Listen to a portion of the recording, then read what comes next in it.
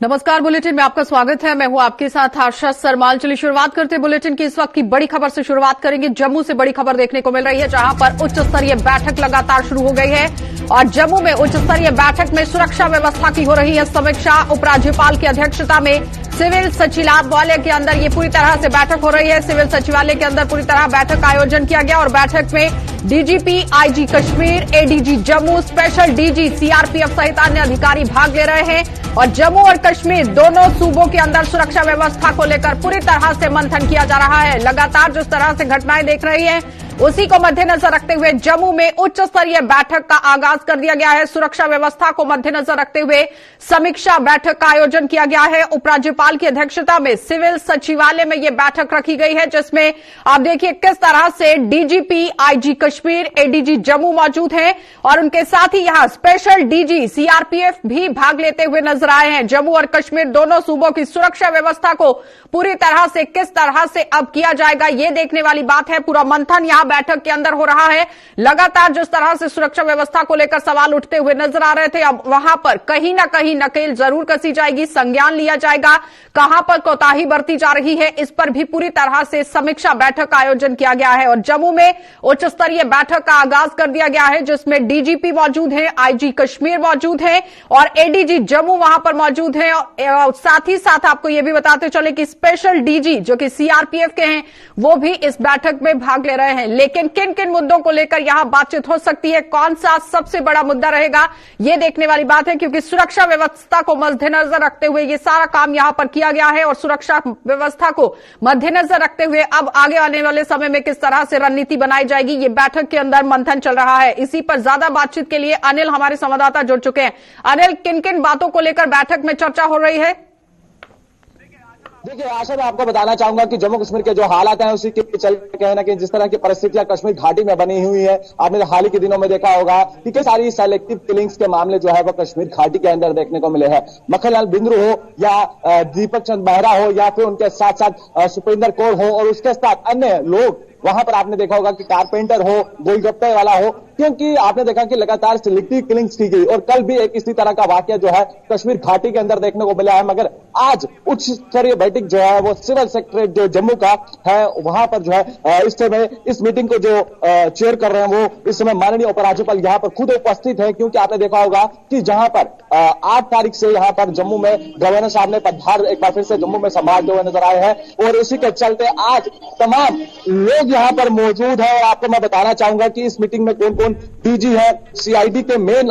जो आला अधिकारी है वो यहाँ पर मौजूद है, एडीजी जम्मू कश्मीर यहाँ पर है, आईजी कश्मीर यहाँ पर है और तमाम लोग। अनिल, ये बताइए कि ये सारी बैठक जिस तरह से आपने खुद ही बता दिया है कि सिलेक्टिव किलिंग्स को लेकर की जा रही है, क्या लगता है कि आने वाले समय में किस तरह से रणनीति जो है वो बनाई जा सकती है? देखिए कहीं ना कहीं जो अभी जानकारी मिल रही है कि क्योंकि आप देख रहे हैं कि लगातार सिलेक्टिव किलिंग्स हो रही हैं, उसी के चलते कश्मीर घाटी में भी आपने देखा होगा कि सिक्योरिटी को लेकर जो है रिव्यू किया गया था और आज आपने देखा कि आईजी कश्मीर को भी यहां पर उपस्थित होना पड़ा है इन सब परिस्थितियों को। और कश्मीर की अगर हम बात कर रहे हैं और जम्मू की अगर हम बात कर रहे हैं, तमाम बड़े ऑफिसरांस जो है यहाँ पर मौजूद हैं और पूरी तरह से रणनीति जो है एक तैयार के साथ किस तरह से डटकर जो है मुकाबला किया जाए। सिक्योरिटी लगातार आतंकियों। कब तक ये मीटिंग चलेगी अनिल? अनिल, कब तक मीटिंग चलने की संभावना जताई जा रही है और किन किन मुद्दों को और ज्यादा यहां पर तवज्जो दिया जा सकता है? देखिए कहीं ना कहीं ये मीटिंग लगभग जो है 11-11:30 के समय जो है वो शुरू हुई थी और अब लगभग ये बताया जा रहा है कि 1 बजे तक जो है मीटिंग को जो है वो खत्म किया जाएगा। मगर अभी तक पूरी जानकारी जो है वो स्पष्ट नहीं हो पाई है क्योंकि लगातार इस मीटिंग का दौर जो है वो बढ़ता हुआ नजर आ रहा है। इन मुद्दों के साथ साथ जम्मू की सिक्योरिटी हो या फिर कश्मीर की सिक्योरिटी हो या फिर उसके साथ साथ बॉर्डर सिक्योरिटी हो, क्योंकि इन सब सिक्योरिटी को आप देख रहे हैं यानी कि सिक्योरिटी को मद्देनजर रखते हुए ये सारी मीटिंग का आगाज किया गया है। बहुत बहुत धन्यवाद अनिल जुड़ने के लिए। तो फिलहाल आपने देखा कि अनिल हमारे संवाददाता हमारे साथ जुड़े हुए थे जो बता रहे हैं कि किस तरह से जम्मू के अंदर उच्च स्तरीय बैठक का आगाज कर दिया गया है। सुरक्षा व्यवस्था पर पूरी तरह से मंथन हो रहा है और सिलेक्टिव किलिंग्स को मद्देनजर रखते हुए यहां पर यह बैठक रखी गई है और दोनों सूबों की सुरक्षा व्यवस्था पर किस तरह से मंथन होगा ये देखने वाली बात है और आने वाले समय में क्या कुछ बदलाव देखे जा सकते हैं पुलिस की तरफ से, ये देखने वाली बात बात है, क्योंकि लगातार जिस तरह से घटनाएं बढ़ती जा रही थी उसी को मद्देनजर रखते हुए आज सिविल सचिवालय के अंदर बैठक का आगाज किया गया है। आगे बढ़ जाएंगे, एक बार फिर से आपको कश्मीर लिए चलते हैं, क्योंकि कश्मीर के अंदर सिविलियन किलिंग्स का दौर जो है वो एक बार फिर से यहां पर जारी हो गया है। टारगेट किलिंग शुरू होने से सख्ते में आ गई है सुरक्षा एजेंसियां और 2 दिनों में 2 हत्याओं से आम लोगों में दहशत का माहौल देखा जा रहा है और दोनों हत्याओं के आरोपियों का अभी तक कोई सुराग नहीं लग पाया है। और रविवार को पुलिसकर्मी और सोमवार को सेल्समैन का आतंकियों ने यहां पर शिकार कर लिया। तो जाहिर तरीके से अब जिस तरह से उच्च स्तरीय बैठक का आगाज किया गया है, इसके साथ भी कहीं ना कहीं मंथन जो है वो होता हुआ नजर आ रहा है, तार मिलते हुए नजर आ रहे हैं, क्योंकि लगातार सुरक्षा एजेंसियां अब सख्ते में आती हुई नजर आ रही हैं कि आखिर कश्मीर घाटी के अंदर ये किस तरह से घटनाएं जो है वो दिन ब दिन बढ़ती हुई नजर आ रही हैं। कश्मीर में फिर से टारगेट किलिंग शुरू होने से अब कहीं ना कहीं सुरक्षा एजेंसियां पूरी तरह से अलर्ट पर आ गई हैं और 2 दिनों में 2 हत्याओं से आम लोगों में काफी तरीके से दहशत देखी जा रही है, क्योंकि पहले पुलिसकर्मी की हत्या हो जाती है और उसके बाद आज की अगर बात करें तो यहां पर सेल्समैन को आतंकियों ने अपना शिकार बना लिया है, जो एक बड़ा सवाल बनता हुआ नजर आ रहा है। जहां पर सुरक्षा व्यवस्था चाक चौबंद की गई है, लेकिन उसके बीच में भी अगर आतंकी इसी तरह से अपना काम करते हुए नजर आ रहे हैं तो कहां पर चूक रह रही है, इस पर बातचीत करना बहुत जरूरी है। हिलाल हंजूरी हमारे साथ जुड़ चुके हैं श्रीनगर से। हिलाल, क्या कुछ अपडेट है और जिस तरह से आए दिन टारगेट किलिंग देखी जा रही है?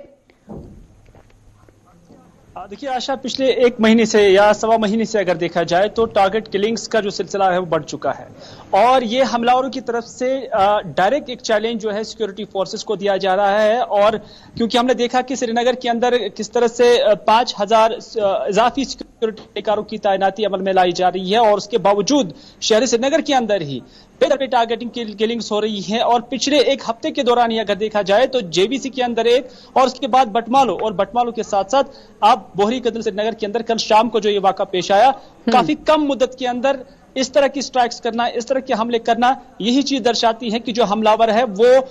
बताना चाहती हैं और ये बात वाज़ह करना चाहती हैं कि उन्हें आप कितनी भी सिक्योरिटी लगाए, उन्हें आप जो है गेर नहीं कर सकते हैं। तो ये सिक्योरिटी फोर्सेस के लिए एक बड़ा चैलेंज है। हालांकि सिक्योरिटी फोर्सेस भी अब हर एक एंगल को देख रहे हैं और ऐसे लोगों को न्यूट्रलाइज करने की कोशिश कर रहे हैं और साथ ही साथ इस हवाले से जो एक नई स्ट्रेटजी अब यहाँ पर सवाल ये है कि सुरक्षा बलों ने भी कमर कसी हुई है, जिसमें कोई दो राह नहीं है। जम्मू कश्मीर पुलिस पूरी तरह से मुस्तैद है, काम कर रही है। उसके बावजूद भी अगर आतंकियों की तरफ से इस तरह से टारगेट किलिंग की जाती है तो कहीं ना कहीं सवाल जो आप पहले ही बता चुके हैं, लेकिन आज उच्च स्तरीय बैठक का भी आगाज जो है वो कर दिया गया है सिविल सचिवालय के अंदर।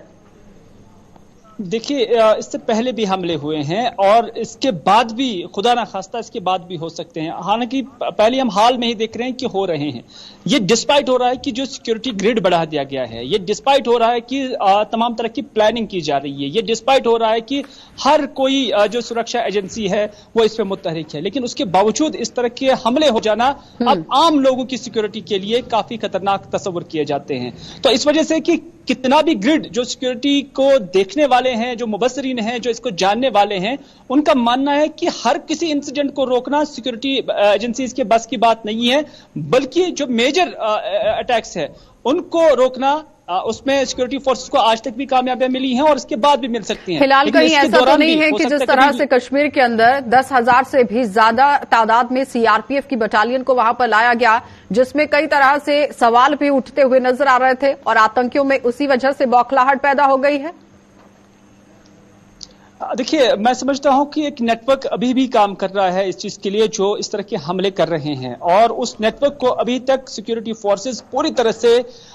उसकी निशानदेही करने में अभी तक कामयाब नहीं हुए और साथ ही साथ इस नेटवर्क के साथ जितने लोग हैं उन्हें पकड़ने में या उन्हें अभी तक न्यूट्रलाइज करने में भी उन्हें पूरी तरह से कामयाबी नहीं मिली है। हालांकि इससे पहले जो हमले हुए हैं जिसमें कुछ लोगों की मौत भी वाक़ा हुई है, हमने देखा कि अलग अलग कम्युनिटीज के साथ उनका ताल्लुक था और उसके बाद अगरचे पुलिस का दावा है कि उन्होंने उन हमलावरों को मारा है और उन्हें न्यूट्रलाइज किया है, अलग अलग जगहों पे उन्हें मारा है और उसको बड़ी कामयाबी के तौर पर तस्वर किया, लेकिन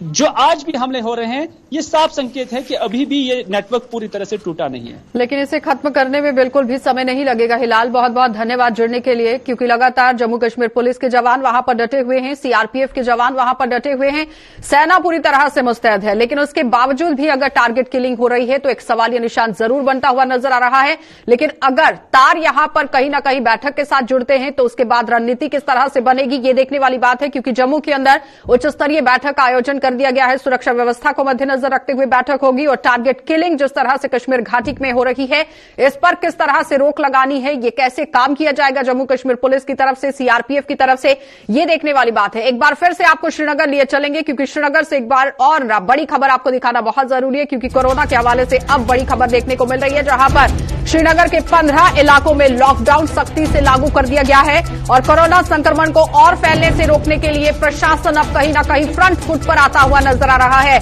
और श्रीनगर में 15 इलाकों में 10 दिनों के लिए लॉकडाउन लगा दिया गया है। और उसके साथ ही श्रीनगर में 587 पर अब कोरोना के मामलों की पूरी तरह से आप देखिए सूची जो है वो किस तरह से देखने को मिल रही है। यहां पर आंकड़ों की अगर बात करें तो एक्टिव पॉजिटिव मामले 587 पहुंच चुके हैं, जो एक चिंता का विषय जरूर बनता हुआ नजर आ रहा है। क्योंकि जिस तरह से प्रशासन को काम करना चाहिए था पिछले कुछ दिनों से, आम जनता उसमें सहयोग करती हुई नजर नहीं आ रही थी, जिस वजह से अब यहां कहीं ना कहीं लोग जो हैं वो परेशानी के दौर से गुजर सकते हैं, जिसकी वजह से श्रीनगर के अंदर 15 इलाकों में लॉकडाउन लगा दिया गया है। सख्ती से इसका पालन करवाया जाएगा प्रशासन की तरफ से, क्योंकि कोरोना संक्रमण को और फैलने से रोकने के लिए प्रशासन पूरी तरह से फ्रंट फुट पर आता हुआ नजर आ रहा है। अब कहीं ना कहीं सख्ती जो है वो बरती जाएगी, लेकिन ये सख्ती सबसे पहले बरती जानी चाहिए थी। अब यहां पर आप देखिए 15 इलाकों में 10 दिन के लिए लॉकडाउन लगा दिया गया है। इरफान फाजिल हमारे साथ जुड़ चुके हैं। इरफान, सबसे पहले तो ये जानना चाहेंगे कि लॉकडाउन कौन कौन से इलाकों में लगाया गया है?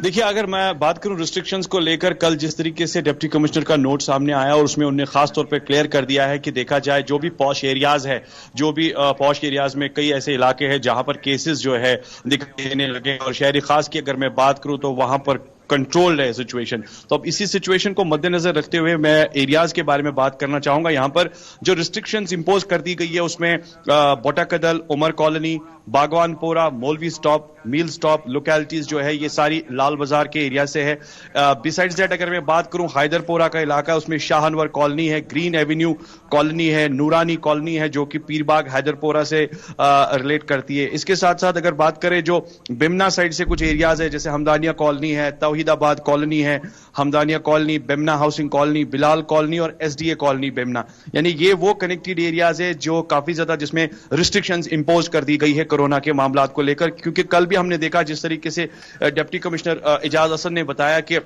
हमें इस पर काफी ज्यादा जोर देना होगा, और जैसे हमने लास्ट टाइम भी सेकंड वेव को कंट्रोल करने के लिए एडमिनिस्ट्रेशन और लोगों ने तहफ्फुज दिया था, ताउन किया था और एक साथ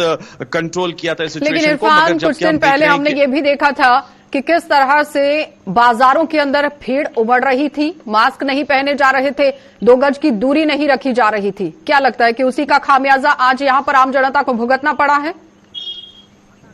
अच्छा, अगर आपको याद होगा जब कोरोना कर्फ्यू स्टार्ट हुआ था तो काफी ज्यादा रिस्ट्रिक्शंस जो है बढ़ा दी गई थी, और अब देखते देखते तकरीबन 2 साल गुजर चुके हैं मगर अभी भी वायलेशंस काफी ज्यादा है। बाजारों की मैं बात करूं, ट्रांसपोर्टेशन की मैं बात करूं, ओवरऑल जितने भी अगर हम फैमिली में इस वक्त तक देखेंगे जितने भी गैदरिंग्स हो रही है, जितने भी फंक्शंस हो रहे हैं, या के लिए जो गाइडलाइंस या फिर मैरिज सेरेमनीज के लिए जो गाइडलाइंस रखी गई थी उसमें कन्फाइंड एक नंबर रखा गया था, मगर आप देख लीजिए ये सारी चीजें एडमिनिस्ट्रेशन के सामने है, मगर इसके बावजूद भी आप देखिए कितनी ज्यादा वायलेशंस जो है हो रही है, एसओपीज की धज्जियां उड़ाई जा रही है। अब जबकि धीरे धीरे केसेस की तादाद फिर से बढ़ने लगी है, कुछ डेथ्स हो रही है, तो एडमिनिस्ट्रेशन अब कल से फिर से थोड़ा सा स्टैंड ले रही है, अब माइक्रो कंटेनमेंट जोन्स को लेकर बात कर रही है। आज भी हमने सुबह देखा कि छानपोरा का इलाका हो, तौहीदाबाद मेथन हो, उसको रिस्ट्रिक्टेड कर दिया है। यानी अब उनको लग रहा है कि अगर केसेस आ रहे हैं तो अब इसको रिस्ट्रिक्ट करना चाहिए। मगर मुझे बताइए कहां है पहली लहर शुरू हुई थी उस वक्त भी कश्मीर घाटी के अंदर सबसे ज्यादा रेड अलर्ट देखा गया था, दूसरी लहर में भी रेड अलर्ट कश्मीर के अंदर, लेकिन अब यहां पर तीसरी लहर शुरू होने की आशंका जताई जा रही है। जो एक्टिव पॉजिटिव मामले हैं 587, कहां पर इलाज चल रहा है उनका और किस तरह से सुविधाएं दी गई हैं अस्पतालों के अंदर? देखिए, अस्पतालों की को लेकर बात करें तो सबसे पहले इस वक्त जो है स्ट्रोक और फोर्स दिया जा रहा है वो वैक्सीनेशन ड्राइव्स को लेकर ही दिया जा रहा है। जितने भी अभी माइक्रो कंटेनमेंट जोन्स है जहां पर रिस्ट्रिक्शंस लगाई गई है वहां पर भी बताया गया है कि भाई मोबाइल वैन्स के जरिए जो है इलाका वाइज जो है वैक्सीनेशन प्रोवाइड किया जाएगा और इलाज मुआवजे के लिए जिन लोगों को खास तौर पर जो ट्रीटमेंट मिलनी चाहिए उनको अस्पतालों में दर्ज भी किया जाएगा। जबकि हमने लास्ट टाइम देखा था जब ऑक्सीजन की किल्लत पाई गई थी, फिर ऑक्सीजन प्लांट्स यहां स्टार्ट हुए, ऑक्सीजन फैसिलिटीज को बढ़ाया गया, मगर इस बारी जबकि थर्ड वेव को कंट्रोल करने के लिए हम कह सकते हैं कि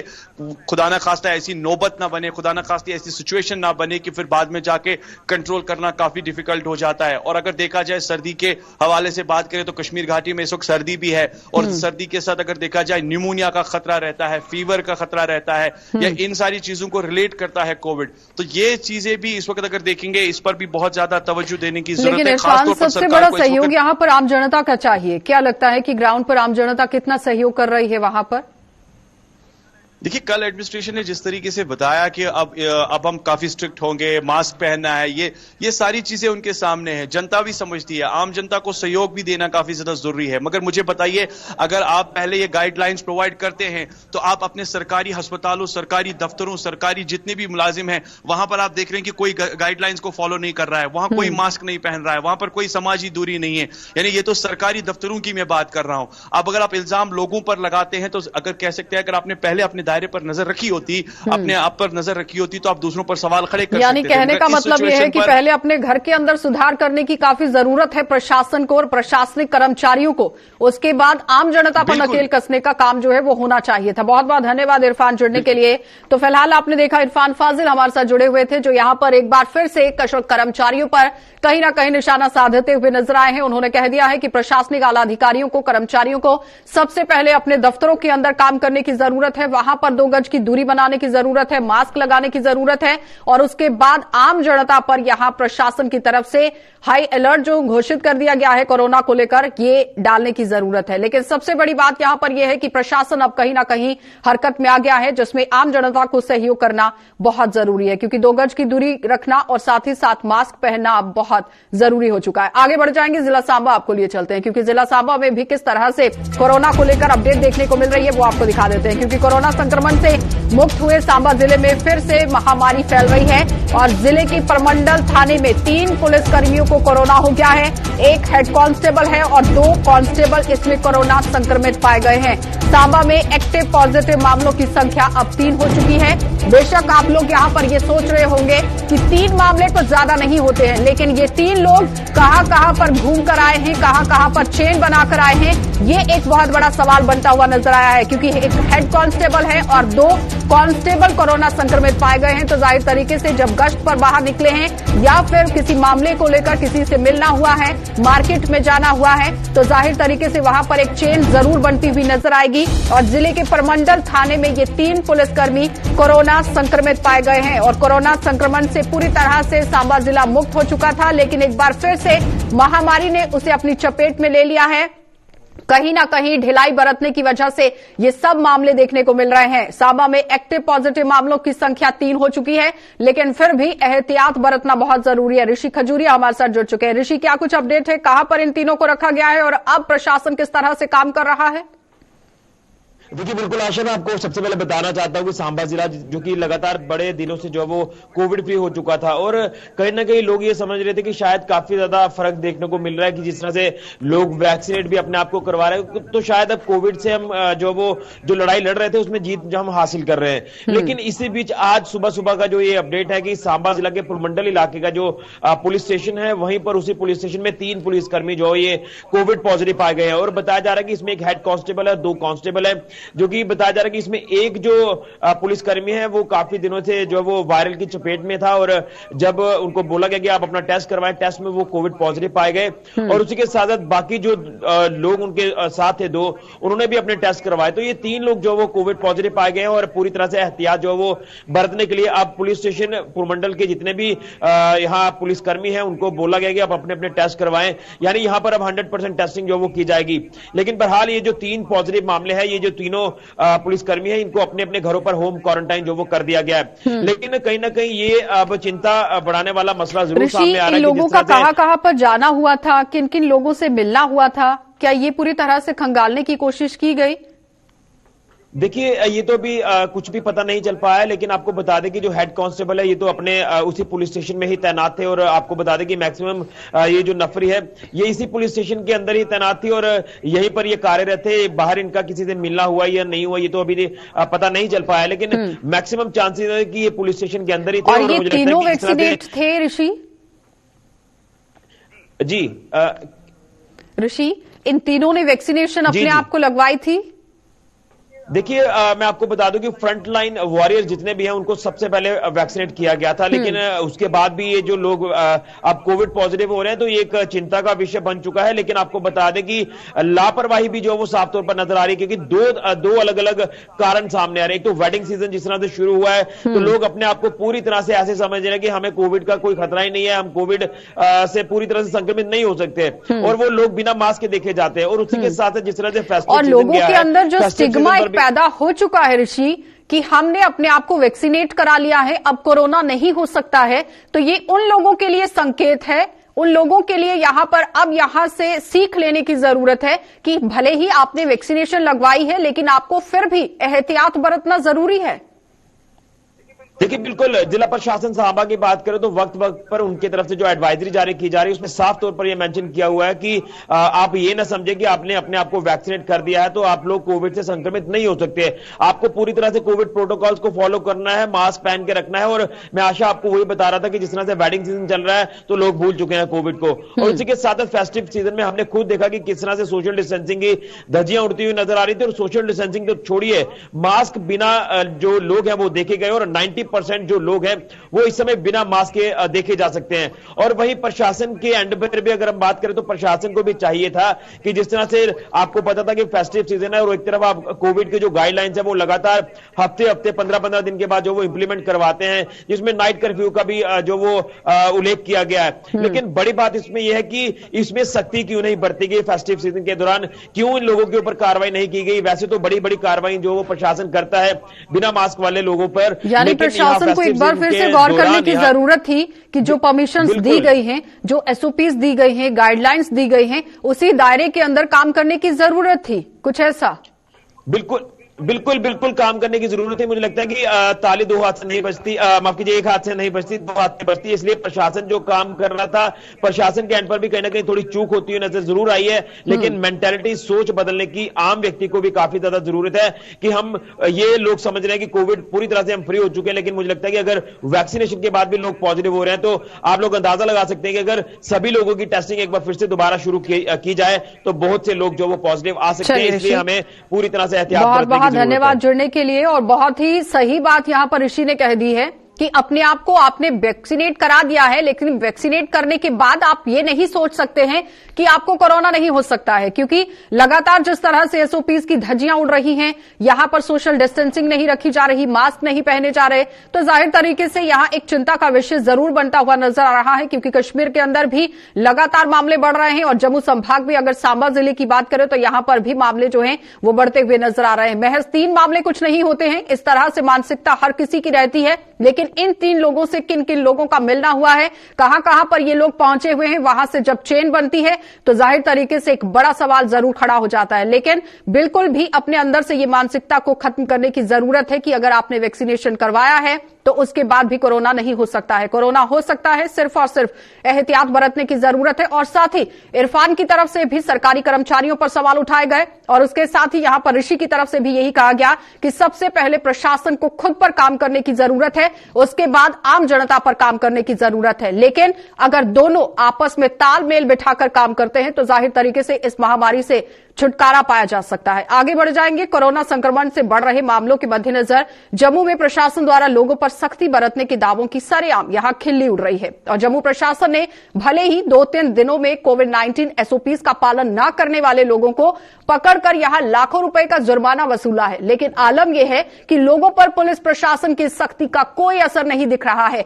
और ये दृश्य जो आप अपनी टीवी स्क्रीन पर देख रहे हैं बस स्टैंड के हैं, जिनमें आप साफ देख सकते हैं कि किस तरह से लोग यहां पर काम कर रहे हैं और प्रशासन के दावों को ठेंगा दिखाते हुए ये लोग नजर आ रहे हैं। बिल्कुल भी 2 गज की दूरी नहीं है, मास्क नहीं पहने गए हैं और मास्क की अहमियत को पूरी तरह से ये लोग भूल चुके हैं और अपने परिवारों तक ये खतरा किस तरह से साबित हो सकता है लेकर जा रहे हैं, ये देखने वाली बात है, जो एक चिंता का विषय जरूर बनता हुआ नजर आ रहा है। उपराज्यपाल की अगर बात करें तो उपराज्यपाल मनोज सिन्हा ने भी हाल ही में कोविड-19 एसओपीज का पालन न करने वाले लोगों के खिलाफ सख्त से सख्त कार्रवाई करने के आदेश दिए थे, लेकिन पुलिस की नजर इन लापरवाहों पर क्यों नहीं पड़ रही है, यह देखने वाली बात है। और ऐसे लोगों पर नकेल कसना बहुत जरूरी है जो लोग बस स्टैंड के अंदर पहुंचते हैं, रेलवे स्टेशन के अंदर पहुंचते हैं और यहां पर पहुंचकर मास्क का इस्तेमाल नहीं करते, 2 गज की दूरी नहीं रखते हैं। तो ऐसे लोगों पर जब तक नकेलें नहीं कसी जाएंगी तब तक कुछ नहीं होने वाला। जैसे श्रीनगर में भी अब हर हिंदुस्तान में, पूरे हिंदुस्तान में तीसरी लहर आ रही है कोरोना की, तो इस बेस पे मैं ये कहना चाहता हूं आपके माध्यम से कि यहाँ पे एक जो ये टेस्टिंग वाले आते हैं, कभी कभार आते हैं, ये रोज आने चाहिए। और देखो आप दुनिया ऐसे बिना मास्क के घूम रही है, इनको थोड़ा सा अवेयरनेस करना चाहिए कि मास्क मुस्क पहन के चलें। देखो ना भांत के बाहर से पूरे हिंदुस्तान से यहाँ लोग आ रहे हैं, तो लेकिन मास्क नहीं पहनने से लोगों को खतरा तो है ही है, लेकिन लोगों को खुद भी अवेयरनेस चाहिए कि भाई हम मास्क पहन के चलें और इस तीसरी लहर से बच सकें। हमने ये खबर सुनी है कि कश्मीर में कर्फ्यू लग गया है कोरोना की वजह से, तो हम नहीं चाहते कि जम्मू में भी कोरोना की वजह से कर्फ्यू लग जाए। आगे हमारे कारोबार नहीं है और इन केस कर्फ्यू लग जाता है तो हमारे कारोबार में बहुत प्रभावित होगा। हम चाहते हैं लोगों को जहाँ पे मास्क, गवर्नमेंट सरकार से गुजारिश करते हैं कम से कम जहाँ पे मास्क को अनिवार्य किया जाए। और बस स्टैंड एक ऐसी जगह है जहाँ पे बाहर से जो भी यात्री आता है पहले बस स्टैंड में आता है, फिर आगे पीछे जाता है। तो और जहाँ पे सरकार से गुजारिश की जाती है जहाँ पे मास्क को कंपलसरी किया जाए। और मैं देख रहा हूँ जहाँ पे बहुत से लोग मास्क नहीं पहनते हैं, तो इससे ये कम से कम ये कोरोना द्वारा 3rd वेव आने का डर सता रहा है। सरकार को चाहिए जहाँ पे मास्क को अनिवार्य किया जाए और एक वैक्सीनेशन सेंटर जहाँ पे खोला जाए, टेस्टिंग सेंटर, कम से कम जो आने वाले बाहर के लोग हैं उनका टेस्ट किया जाए, तो जिससे कि कोरोना को रोका जा सके। चलिए, बुलेटिन में फिलहाल इतना ही। देश और दुनिया की खबरों के लिए आप बने रहिए गुलिस्तान न्यूज के साथ।